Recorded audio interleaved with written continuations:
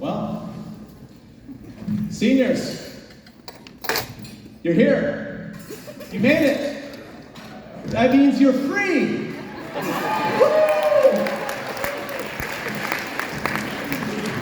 You know that's not true, right? I mean, you say like, oh, you're free. You realize like college is not the same as like Valhalla, right? You're graduating, not retiring. You're actually entering into more restriction, more imprisonment, more slavery, if you want to be dramatic about it, in what comes ahead of you. Listen, you have not left classes behind. You still have more of them. You have not left difficult work behind. It's ahead of you, not behind you. You have not left behind sleepless nights. You have not left behind difficult decisions. Someone was talking about the difficult decision of which club to drop. You are going to have more difficult things to decide in your life. And so you are not actually free. In fact, right now you should probably savor, because this might be the most free you are for the rest of your life. Real down of a graduation speech, huh, Dr. Don?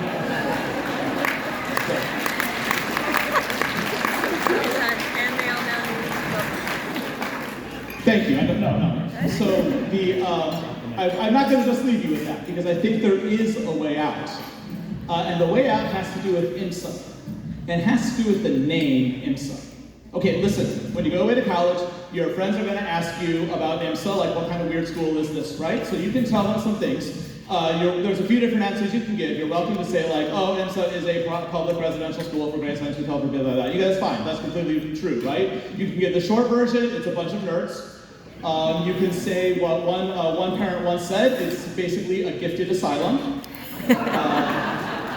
We even had the wall full of pillows to prove it, right? But one thing you should not say is you should not say that IMSA is a STEM school. It is not a STEM school. It's a math and science academy. Like, Dr. Don, that's like basically the same thing, isn't it? No, it's not. And the difference is crucial. IMSA is not dedicated to science, technology, engineering, and math. It's just math and science. Because otherwise it would be Estema or something. That doesn't sound good, right? But that actually makes a difference. There is a difference between technology and engineering and math and science. Listen, the people who came up with the whole acronym for STEM did it because they saw like, they said like to them really what it means is like, it's like hard stuff and it makes money. So we should promote it, and that's called STEM. But actually, even though engineers, some people in technology, as well as scientists and mathematicians look like they're doing the same kind of thing, it's very different because the goal is different. Look, the point of technology and engineering is to solve a problem, to get something done. But when you solve a problem, you can do a lot of things with that solution. You could, for example, solve a problem that helps a lot of people, like, say, fusion reactors. Or you could solve a problem and hurt a lot of people, fusion bombs. But the difference is that math and science are focused on a different goal. A goal that is older, a goal that is higher, and a goal that these days I feel like has become a little bit, shabby, a little bit dated, a little bit out of fashion. So today I would like to give a word in support of the old-fashioned virtue called truth. Because the difference is that math and science are dedicated to finding the truth. They want to understand how things work. What do I mean by truth? Truth is one of those words that's really abused. People throw it around a lot when they don't really mean it at all. They frequently use it for things that are evidently, clearly not the truth. What I'm talking about truth means something that its correctness, its veracity, does not have anything to do with you. It does not require you to believe in it to be true. It is true whether you believe in it or not. It is true whether you're having a good day or a bad day. It's the true whether it's said by Mother Teresa or by Adolf Hitler. It is just true. That's called truth. And the easiest place to see that is in mathematics. I make fun of math teachers sometimes because they make it so easy. But the fact is there's some really cool stuff in mathematics. Hey, check this out. A lot of you know this. But you can draw a regular polygon. with whatever number of sides you want. It's easy to do. So you can draw a 10-sided regular polygon. It's easy. But if you go into 3 dimensions, you can't make a 10-sided regular polyhedron. It is not possible. It is completely impossible in any way to make a 10-sided figure where all the sides are the same shape and size. It cannot be done. There are only 5 possible ones, and nothing else. It has nothing to do with you working hard or having the right mindset. It has nothing to do with being a good person. It just isn't possible. And there's this remarkable truth that mathematicians discover from time to time that is what keeps them all doing it. That's why people are still studying math now. Thousands of years people have been studying math, and they're still working at it. Why? Because when they discover something, it's just true. It's something that's outside of you that is just truth, and it's so cool. That is something that's worth it in itself. After thousands of years of studying math, we discovered that we could actually apply some of that to the physical world. That was especially done by Galileo and Newton, right? Newton said mathematics is the language with which God wrote the universe, and so he figured out how to apply mathematics to figure out that there were also truths about the physical world that we could figure out, that we could get it. He came up with a whole bunch of things. And do you realize Newton never got patents for any of the things that he did? Even though everything he does at the basis of all modern engineering is based on Newton's laws. But he didn't get paid for it. And he didn't need to. Because he had found something true about the universe. You know, he discovered that between all 2 objects in the universe, all of them, any 2 objects, there's the same attraction that is applied by the same law. Universal constant times the product of the masses divided by the square of the distance between them. No matter what. It's crazy. Like the universe has these fundamental truths in them. It's like built into it. And we can figure these things out. Some of you might know, actually Newton's is not completely the truth, right? It's a good approximation. It doesn't quite work out. But even that, Einstein was the one who figured that out. And that's because it reflects an even deeper truth, which is that the laws of physics are reference frame invariant. Which is a remarkable statement. What Einstein's general relativity says is that the laws of physics don't depend on you or what you're doing. The laws of physics exist by themselves in an invariant form. So the thing about truth is that if we found that there's truths about mathematics and there's truths about the physical world, there's no reason to believe that the truths stop there. And so, in some sense, you know, math, you can prove things. Science, it's harder. You argue more in science. But there's more beyond that. What about truths about humanity? Truths about our existence? Truths about meaning? If there are answers to the other questions, there might be answers to those. In other words, if we can answer the question, are there an infinite number of twin primes? We don't know, by the way. But we believe that there's an answer. It's either yes or no. And if we can answer the question, what is the nature of dark matter? We don't know what it is, but we believe there is an answer. Then we can also answer the question, is it okay ever to kill someone? Is it okay to do evil that good may come of it? What should I do with my life? What is the meaning of my existence? Just because they're difficult questions doesn't mean that there's no truth that answers them. And this, finding the truth, is the purpose of the university. You know, colleges, universities have been around for about 1,000 years. And for 900 of those years, no one made any claims that it was going to give you a better job or a higher salary, that it was going to give you, like, marketable skills. People knew why they were going to the university. The university was a repository of everything that man had discovered about truth. And it was used to pass it on to the next generation so more people could discover more. It's only a 20th century phenomenon that the colleges got enticed by the idols of greed and fame to try and pretend their college was something else, and to try and twist their mission into something else. And ultimately, you probably discover most colleges' mission now is to make money, which they're doing great, actually, if you'll look at your tuition bill. But the purpose of college, and the purpose of sending you there, is that you would study and pursue the truth. However, there's also a lot of people who are afraid of the truth. Because when you discover it, it often says that you're doing something wrong and that you really ought to change it.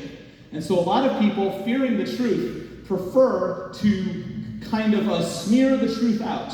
Rather than have arguments about it, they just sort of try and say, well, maybe there isn't any such thing. Despite the fact that we have ample evidence from both the physical world and mathematics that truths exist, we like to say, well, maybe they don't. And we replace the idea of truth with a bunch of other ideas that people come up with. Right? We talk about misinformation instead of falsehood. And we say things like, follow the science, as though science is the same as truth, which is not. And we say that, and we use other phrases, we replace it with relativism and constructivism and lived experiences, and the most pernicious one of all, that you should speak your truth. I apologize. I know there's people in this room who use that expression. And I'm not trying to insult anyone, but I am going to say this anyway. The phrase, speak your truth, remarkably, the 3rd century philosopher and theologian, Augustine of Hippo, actually talked about that. And what he says is, truth belongs to everyone. But if you take something that belongs to everyone and try to make it yours alone, then invariably it loses that which makes it truth. For a falsehood is something you always speak out of your own possessions. In other words, what's your truth is really just another lie. But the truth belongs to everyone. It will never be yours nor mine because it's already ours. And it's interesting, Augustine says something else about this. He refers to people who have a love of their own opinions. Not because they are true, but because they are their own. And I think this is remarkable because you live in a society that puts a relentless focus on you, with the implication that everything is good as long as it's you. Hey, do you know what they always say people do at college? They find themselves, right? We're going there to find yourself. Listen, I gotta warn you, if someone ever says that you're finding yourself, it's bad. It's a euphemism.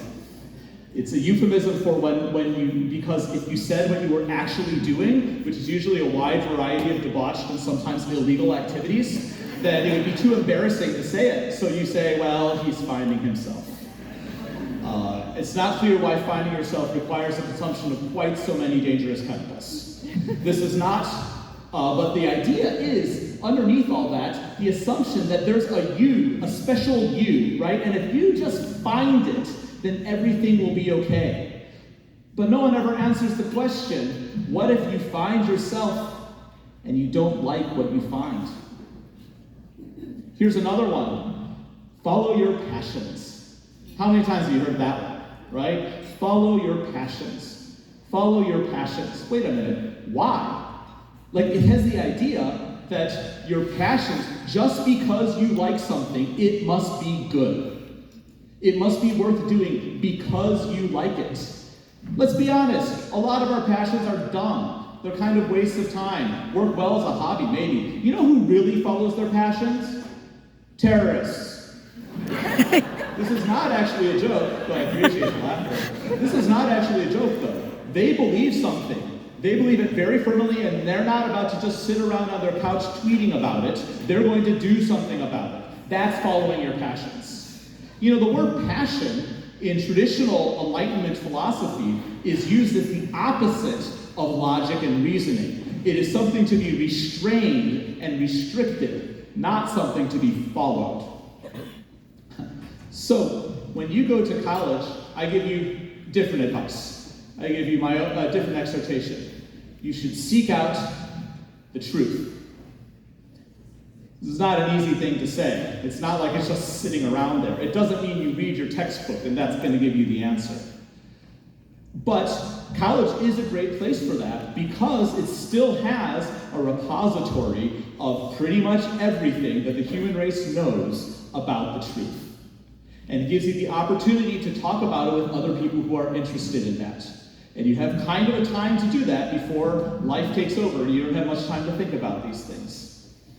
And it's difficult because you live in a society that by and large has abandoned the concept of absolute truth. that prefers instead to focus, blinded by its materialism and consumerism, focus really on the next big thing to happen, on its polarization, on social media, and so has lost its patience for the difficult search for the truth. But in the end, how can you live a life if you don't know the truth about what your life is for? And if you don't know that, then why aren't you looking for it? It's not just that truth matters, it's that it's the only thing that matters. It's the only thing that saves you from the lives of quiet desperation that Thoreau talked about. And in your darkest moments, when no one else is around and everything seems hopeless, neither money nor fame will come to your rescue, and only the truth will be your salvation.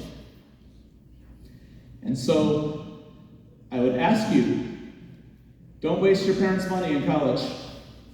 Let's use this time to seek out the truth. I mean, you need to get a job too. But you'll get a job. We already know that. Because you'll get the job with your diploma. But with those 4 years before it, you have a chance to really get into the truth. And this is what I would hope for you all. This is my advice to you. I leave you with the advice and also with my blessing. This is an ancient Hebrew blessing, thousands of years old, that also contains some important truth in it as well. Class of 2023, the Lord bless you and keep you. The Lord cause his face to shine on you and be gracious to you. The Lord lift up his countenance upon you and give you peace. And as you move on from the prison of IMSA to the prison of college, then I would say, please, don't try to find yourself. It's bad for your liver. Don't follow your passions, and don't speak your truth. Find the truth. Follow the truth, and speak the truth. And you will do this. Look, it's not so easy what I'm saying to you. You're like, Dr. Don, people have looked for truth for thousands of years. How are you telling me to go and find it? But hey, how do you know they haven't already found it? Just because people argue over the truth, even violently, doesn't mean that there are not answers to those questions. And just because you haven't found it doesn't mean that someone else has not already found it.